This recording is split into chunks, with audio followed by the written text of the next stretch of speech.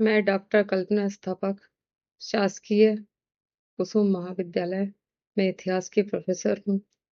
आज मैं बीए प्रथम वर्ष के मेजर प्रथम माइनर इतिहास की प्रथम इकाई में जो पाठ्यक्रम में दिया गया है, इतिहास का अर्थ, परिभाषा, महत्व, इतिहास के विभिन्न काल आदि पर चर्चा करेंगे। इतिहास का अर्थ एवं परिभाषा। इतिहास शब्द की उत्पत्ति जर्मनी में हुई। इतिहास का अर्थ होता है विगत घटनाओं का विशेष एवं बोधगम्य विवरण। इतिहास शब्द 3 शब्दों से मिलकर बना है। इथि हा आस, जिसका अर्थ है निश्चित रूप से ऐसा हुआ होगा। हेरोडोटस को इतिहास का जनक मानते हैं। उसने इतिहास के लिए पहली बार हिस्ट्री शब्द का उपयोग किया। उसके अनुसार हिस्ट्री की परिभाषा ज्ञान, विपाशा एवं अनुसंधान से की गई थी। एक अन्य इतिहासकार हेनरी पारिने ने लिखा है कि इतिहास समाज में रहने वाले मनुष्यों के कार्यों एवं उपलब्धियों की कहानी है। इसमें संदेह नहीं कि अतीत के सत्य के अन्वेषण ही इतिहास है। वास्तव में इतिहास संपूर्ण अतीत का आलेख है।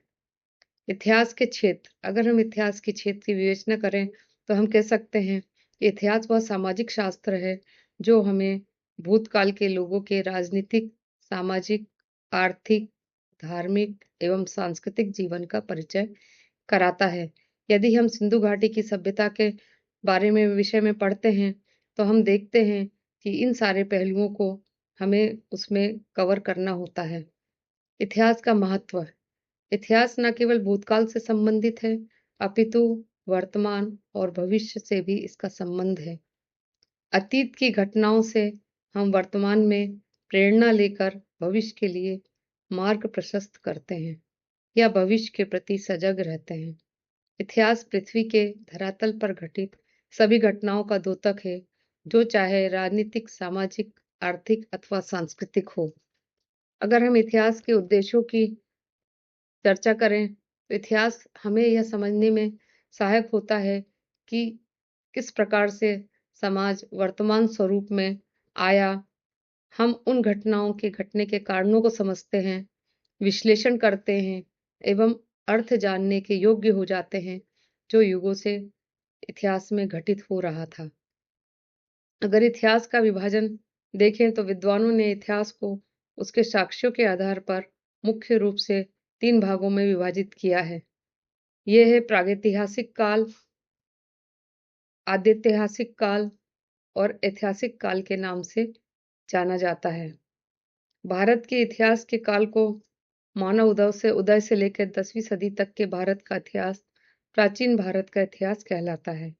इतिहास को 3 भागों में बांटा गया है। पहला प्राचीन काल का इतिहास, दूसरा मध्यकाल का इतिहास, तीसरा आधुनिक इतिहास। यदि हम प्राचीन काल के इतिहास की बात करें तो सिंधु घाटी की सभ्यता से लेकर के 1206 तक का जो समय है वह प्राचीन इतिहास के नाम से जाना जाता है। 1206 से लेकर के 1707 तक का इतिहास मध्यकालीन इतिहास के नाम से जाना जाता है। मध्यकालीन इतिहास को भी 2 भागों में विभाजित किया गया है। पहला भाग 1206 से लेकर 1526 तक का काल कहलाता है दिल्ली सल्तनत और द्वितीय 1526 से लेकर के 1707 तक का काल कहलाता है मुगल काल। इसके पश्चात आता है आधुनिक काल। आधुनिक काल हम अंग्रेजों के समय के शासन को कहते हैं, जो कि 1707 से लेकर के 1947 तक का रहा। यह आधुनिक काल के बारे में विभाजन करता है। इतिहास को अलग-अलग शासकों के आधार पर विभाजित किया गया है। प्राचीन इतिहास के युग के 3 युग हैं: पाषाण युग, कांस्य युग और लौह युग। पाषाण युग का अर्थ होता है पत्थरों का काल। कांस्य युग में कांसे धातु का पता चल चुका था और लौह युग में लोहे के धातु का पता चल चुका था। ये युग प्राचीन काल में मानवीय गतिविधियों के साक्ष्य देते हैं। ये युग मानव जाति में विकासवादी युग है। इसके बाद हम देखते हैं इसके पश्चात कि वैदिक काल और उसके सभ्यता किस प्रकार से वैदिक काल भारत के इतिहास में कांस्य युग के अंत और लोह युग के प्रारंभ का काल है। इसी काल में वैदिक साहित्य की रचना हुई।